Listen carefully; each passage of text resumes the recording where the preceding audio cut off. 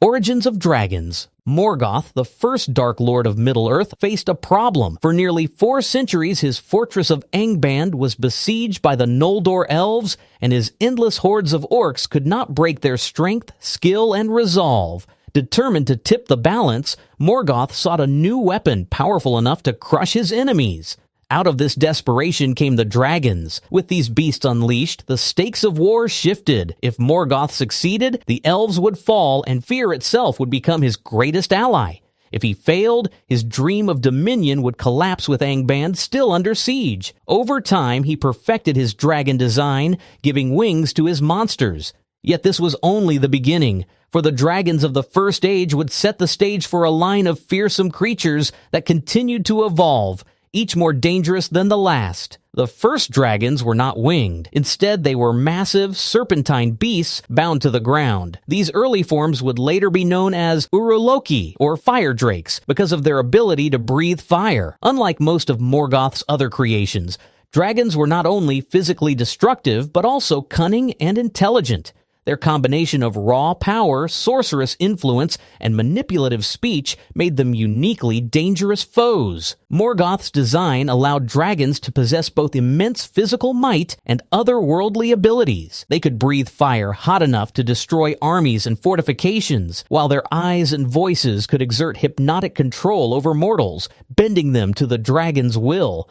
Over time, Morgoth refined his designs further, eventually producing winged dragons, which first appeared in the climactic battles of the War of Wrath at the end of the First Age. These flying dragons with Ancalagon the Black at their head represented the peak of Morgoth's twisted invention. The origins of the dragon set the stage for some of the most devastating events in Middle-earth's history. Their introduction shifted the balance of power, ensuring that the wars of the First Age and later ages would be marked by fear and ruin wherever dragons appeared. Glaurung, the father of dragons. The first and most infamous of Morgoth's dragons was Glaurung. He emerged prematurely in the year 260 of the First Age during the Siege of Angband. Though still young, he drove back the elves of Ard Galen until Fingon and his mounted archers forced him into retreat. Morgoth, angered by his servants' disobedience, kept Glaurung confined for nearly 2 centuries. When Glaurung returned in 455 FA at full size, he led Morgoth's forces in the Dagor Bragollach, or Battle of Sudden Flame. His fire consumed Ard Galen, transforming it into the wasteland of Anfalglith. 17 years later, in the Nirneth Arnodiad, or Battle of Unnumbered Tears, Glaurung again devastated the field. He broke the ranks of elves and men, scattering their armies. Only the dwarves of Belegost, protected by great masks and axes, could withstand his fire. Their lord, Azagal, dealt Glaurung a mortal wound before being trampled. Glaurung withdrew, but the battle was already lost to the free peoples. In later years, Glaurung destroyed Nargothrond.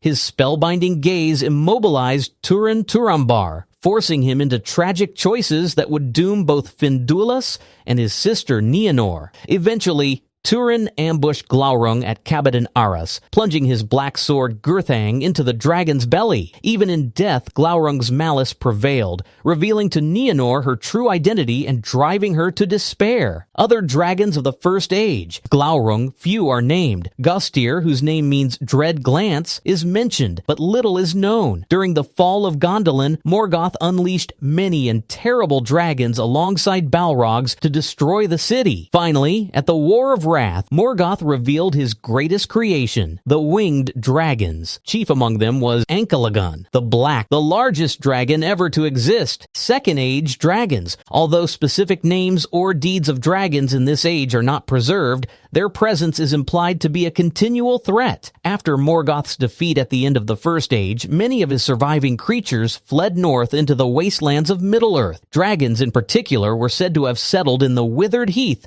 a cold and desolate region lying between the Grey Mountains and the Iron Hills. From this stronghold, they would survive, multiply, and occasionally emerge to trouble men and dwarves. The absence of detailed accounts in the Second Age suggests that while dragons existed, their role was diminished compared to earlier times. Still, their continued presence meant that the shadow of Morgoth lingered. These remnants of his power ensured that the world remained dangerous, even in the long centuries before the rise of Sauron's empire and the forging of the Rings of Power. The withered heath thus became the breeding ground for future calamities, giving rise to the great dragons that would shape the events of the Third Age, including Scatha and Smaug. Scatha the Worm. One of the earliest named dragons of the Third Age was Scatha, a mighty worm who dwelled in the Grey Mountains. He plundered treasure from the dwarves of Durin's folk. Eventually, Scatha was slain by Fram, leader of the Eotheod, the ancestors of the Rohirrim. The treasure sparked conflict, for Fram refused to return it to the dwarves, and according to tradition, he was killed for this defiance. Cold drakes of the Grey Mountains. By the 25th century of the Third Age, dragons had multiplied in the northern wastes. Many were cold drakes, a class of dragons that lacked fire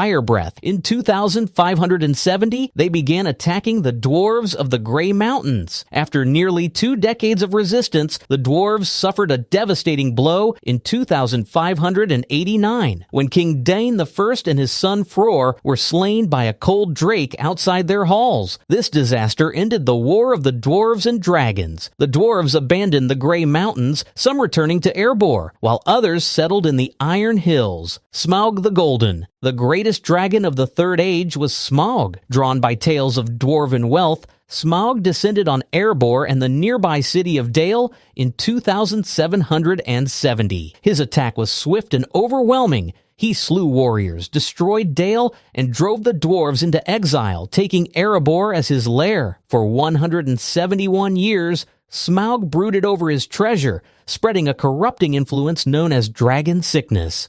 Smaug's reign ended when Bilbo Baggins entered his lair in 2941. Angered by the theft of a single cup, Smaug launched a vengeful assault on Lake Town. There he was slain by Bard the Bowman, who shot his black arrow into the bare patch of Smaug's chest. The dragon's fall destroyed much of Lake Town, and his death reshaped the balance of power in the north. Fate of dragons after Smaug. With the death of Smaug, the greatest terror of the Third Age was ended, but Tolkien leaves open the possibility that dragons did not disappear entirely. In The Fellowship of the Ring, Gandalf remarks that dragonfire was once powerful enough to destroy most objects of the world, yet he adds that no dragon living in his time, nor even Ancalagon the Black of the First Age, could have harmed the One Ring. This statement implies that some dragons may still have existed after Smaug, though none were of comparable strength to their ancient forebears. After Morgoth's downfall in the War of Wrath, many dragons fled into the northern wastes. Over time, they concentrated in the Withered Heath, a barren land between the Grey Mountains and the Iron Hills. This desolate breeding ground continued to serve as the source of dragons that troubled dwarves in later centuries. Both Scatha and the cold drakes that plagued the Grey Mountains are believed to have originated from this region. By the end of the Third Age, however, no named dragons remain besides Smaug. Their presence lingers only as a shadow in the north, remembered in dwarven histories and in the fears of men. Tolkien gives no record of dragons in the Fourth Age, but the tales of their devastation endure. From Glaurung's manipulation of Turin, to Ancalagon's fall from the sky, to Smaug's fiery ruin of Erebor, the dragons of Middle-earth left a legacy of terror and destruction unmatched by any other creatures of Morgoth's design. Want to dive deeper into Tolkien's world?